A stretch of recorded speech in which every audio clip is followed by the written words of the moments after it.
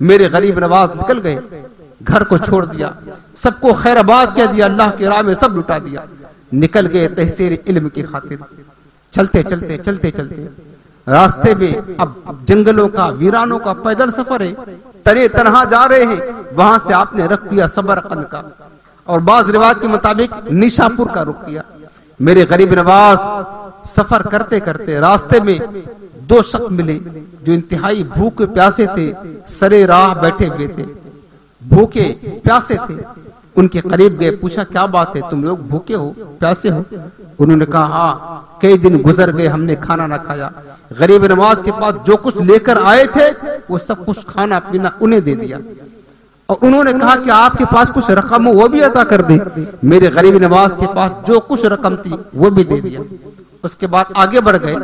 उन्होंने सोचा कि ये बंदा कितना आजिज है, कितना सखी है कि इसने अपना खाना पानी भी हमें सब दे दिया, सारी रकम भी दे दी, अभी क्या करेगा, ये कहाँ जा रहा है, कौन है, जरा मालूम तो करें। वो दोनों आगे बढ़े और पीछे से दामन पकड़ लिया कि हज़रत आप किधर जा रहे हैं, कहाँ जा रहे हैं, सफर का मकसद क्या है, मंजिल क्या है? मेरे गरीब नवाज ने फरमाया कि हम तलबे इल्म के लिए निशापुर जा रहे हैं। कहा निशापुर तो यहाँ से 1 माह की राह है। कहा 1 माह की राह पहुंच जाएंगे। उन्होंने कहा कि आपके पास जो कुछ खाना पीना था वो तो हमें खिला दिया, और जो कुछ रकम थी वो हमें दे दी, अब आपको जरूरत पेश आएगी तो क्या करेंगे? उन्होंने कहा, तो मेरे गरीब नवाज का तवक्कुल देखे, यकीन कामिल की बरकतें देखे। कहा अल्लाह के बंदो, इस वीराने में जब तुम भूखे थे, प्यासे थे, अल्लाह रब्बुल आलमीन ने तुम्हें कैसे खिला दिया, कैसे पिला दिया? तुम्हें कोई उम्मीद थी कि मैं आकर तुम्हें खिलाऊंगा? इस वीराने में जो रब तुम्हें खिला सकता है, तुम्हारे पेट को भर सकता है, वही रब मेरा भी खाने का इंतजाम कर सकता है, वही मुझे भी खिलाएगा, वही मुझे भी पिलाएगा। उन्होंने कहा हजरत खाना तो हमने खा लिया, वापस नहीं कर सकते, लेकिन ये रकम आप ले लें और इसको अपने इस्तेमाल में लाएं।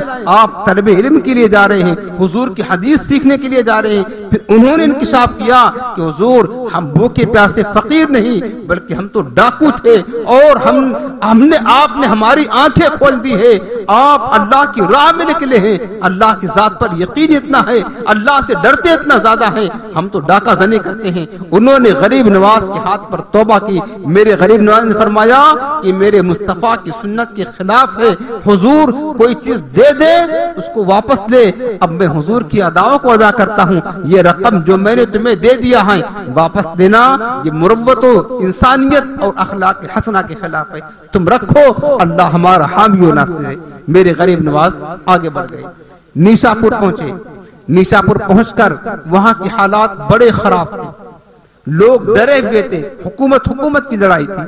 जो गज़लो कुश्ती एक कौम थी, उन्होंने निशापुर के सुल्तान पर हमला किया था, हत्ता की हमला किया था, और जो लोग उस बादशाह के तरफदार थे उसे भी चुन चुन कर कत्ल कर देते थे। मेरे गरीब नवाज जब निशापुर शहर में दाखिल हुए तो माहौल बहुत ही खतरनाक बना हुआ था, सहमे हुए तो लोग डरे हुए थे। एक मस्जिद पहुंचे, मस्जिद के अंदर दाखिल हुए तो ऐसा महसूस होता था कि बरसों से इस मस्जिद का ताला ही नहीं खुला है, ऐसी मतलब वीरान पड़ी थी मस्जिद, गर्दो गुबार से हटी हुई। गरीब नवाज सरकार गए, अल्लाह वालों का दिल मस्जिद से लगा होता है, और मेरे आका ने हदीस पाक फरमाया है ना, 7 अशखास ऐसे हैं जो कयामत के दिन अर्श इलाही के साए में जगह पाएंगे। उनमें से एक आदमी वो भी है वह क़ल्बुहु मुअल्लक़ुन बिल मसाजिद, जिसका दिल मस्जिद से लगा होता है। इंतजार होता है, फजर पढ़ लिया है, अब जोहर आएगी, फिर जाकर अल्लाह के बारगाह में सजदा करेंगे। जोहर पढ़ लिया, इंतजार है, फिर असर का वक्त आएगा, फिर जाकर अल्लाह के बारगाह में सर्व सुजूद होंगे।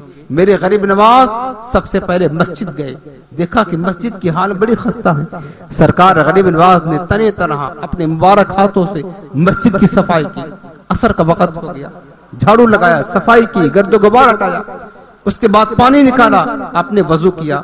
वजू करने के बाद जब अपनी मुबारक जबान से अल्लाह अकबर आजान के कलिमात को बुलंद किया, उस वहशतनाक माहौल में कलमे ला अल्लाह की सदाएं जब बुलंद होने लगी, लोग अपने घरों से निकल आए कि ये कौन है जो आज इस मस्जिद में आजान दे रहा है।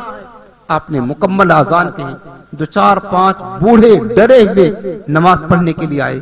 मेरे गरीब नवाज ने नमाज पढ़ाया, असर हो गई, वो लोग जाने लगे। उन बूढ़ों ने कहा कि बेटा, चूंकि आपकी उम्र 18 बरस की थी, जवानी की उम्र थी, उठती जवानी थी, देखो जवानी अल्लाह वाले किस राह में लगा रहे हैं। मुझ जवानों, तुम अपनी जवानियों पर गौर करो, तुम्हारी जवानी किधर लग रही है? तुम्हारी जवानी Facebook, WhatsApp, internet, game, mobile, लड़कियों से बातें करना, कॉलेज की नजर होती जा रही है। लेकिन अल्लाह वालों की जवानियां अल्लाह की बंदगी में, राह खुदा में सफर करते करते तलब इल्म में लगा कर, और यही जवानी अल्लाह रब्बुल आलमीन को बड़ी पसंदीदा है।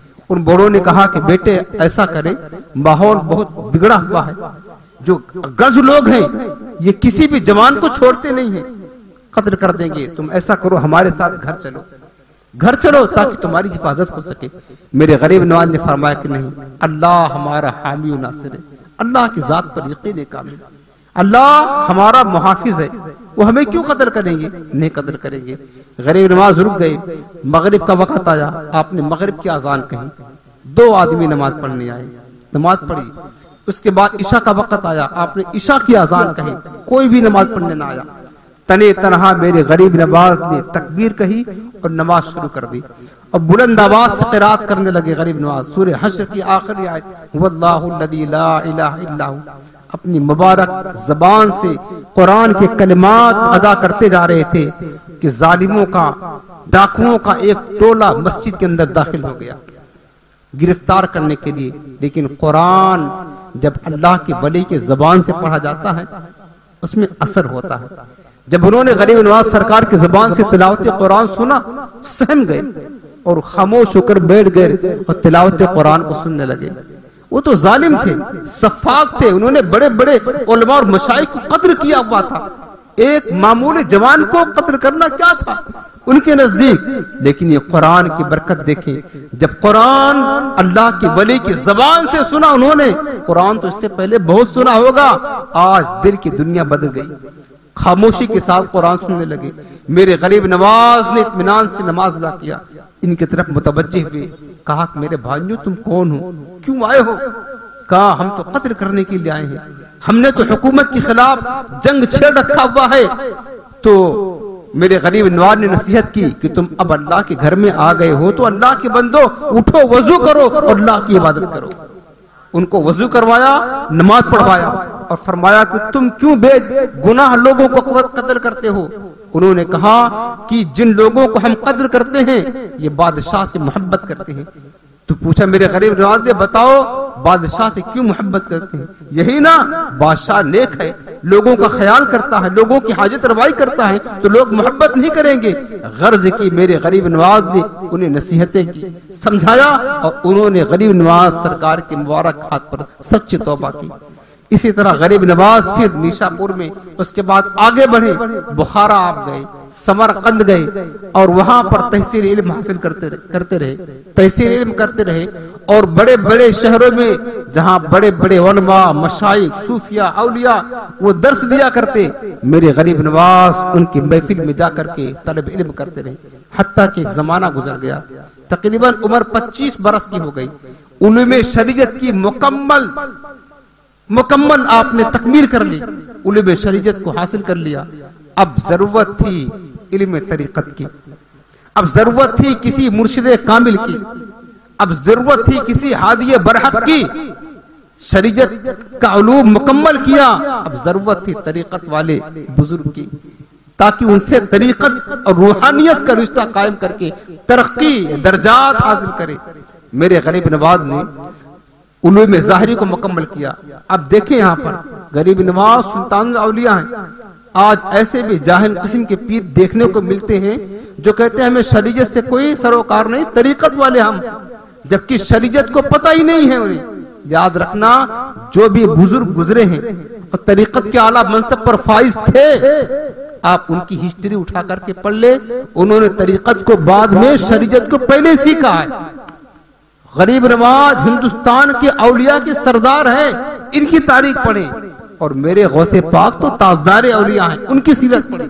मेरे गौसे पाक बगदाद गए, पहले तरीकत नहीं हासिल किया, पहले शरीयत का इल्म हासिल किया, इल्म ज़ाहिरी हासिल किया, कुरान, हदीस, फिक़ा, तफसीर उसूल तफसीर, उसूल फिक़ह, इन उलूम को हासिल किया। उसके बाद जब इनसे फारिग हुए फिर शरीयत की, फिर तरीक़त की तरफ मुतवज्जे हुए। गरीब नवाज ने यही दर्श दिया, लोगों अल्लाह की बारगाह में मकबूल उसी वक़्त हो सकते हो जब पहले शरीयत के इल्म हासिल करके मुकम्मल हो जाओगे और शरीयत पर मुकम्मल आमिल हो जाओगे, तब जाकर तरीक़त के दरवाजे पर कदम तुम्हारा पड़ेगा। और याद रखना, तरीक़त ऐसे नहीं जाती है, बल्कि उलमा ने लिखा कि तरीक़त कहते किसको हैं? फरमाया शरीयत मुस्तफ़ा की मुकम्मल पासदारी और अमल का नाम तरीक़त है। बस एक लफ्ज में शरीयत रसूल पर इखलास के साथ अमल करने का नाम तरीक़त है। मेरे गरीब नवाज जब शरीयत का इल्म हासिल कर